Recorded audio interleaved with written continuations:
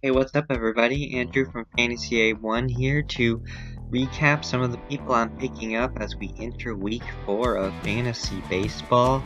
Now, again, I'm mostly going over guys that are available in deeper leagues. This isn't so much shallow leagues, and some guys that are worth a pickup that aren't on this list are, guys like Mike Talkman.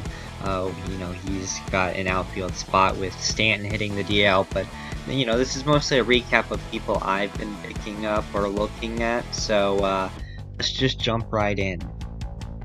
First guy I got on this list is Dylan Moore, who's 39% owned in Fantrax, and depending on your eligibility rules, he could be eligible all over the diamond.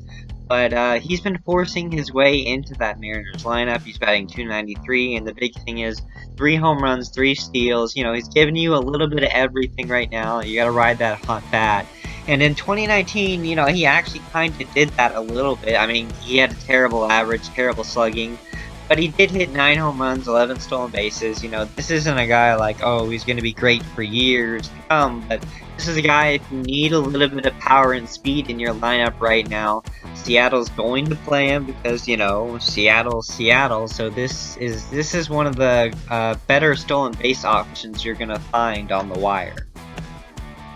Another Rockies pitcher I'm saying pick up. This one's Antonio Senzatella, who's 62% owned.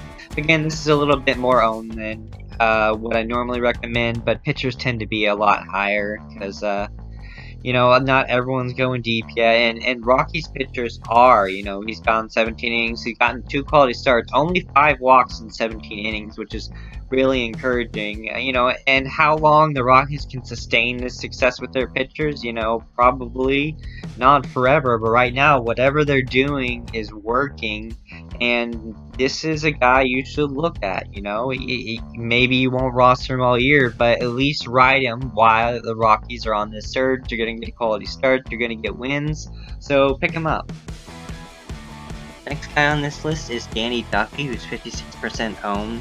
The ERA hasn't really matched the results. He's got a 5.12 ERA, but he's got a pretty good whip, and that's because he's not really walking people. Now, he did have 4 walks against the Cubs when he went 6 innings, but besides that, he's only walked 2 people in 3 starts, so it's always a good sign. He's striking about a batter per inning. Now, he hasn't gone super deep into games yet, but hopefully we're getting to this point where the starters are going to start going a little bit deeper, and I think Duffy can give you some quality innings moving forward. He's not the most exciting pitcher in the world, but he'll give you some innings, he'll give you some strikeouts, and hopefully he'll have those, few great games and a few, medium games, but this is a guy that, is pretty rosterable, as maybe your last or second to last starting pitcher kind of thing, a fluid spot, but he's definitely worth rostering.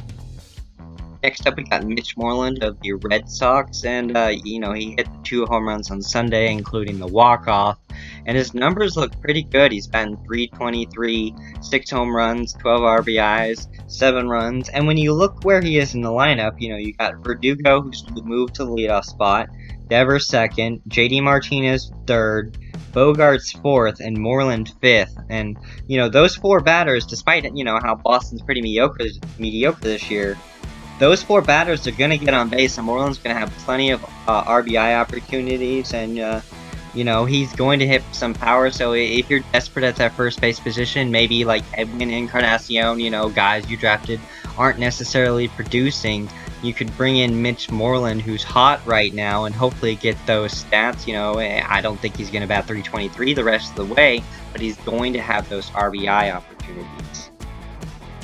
The last guy on this list isn't necessarily you need to go run and grab him, because Andy Young doesn't have a position to play right now. This is a name I just want to get into your head. If he does fight for playing time, he's off to a hot start. 375, a home run, 3 RBIs. I don't really own him anywhere except for very, very deep dynasties.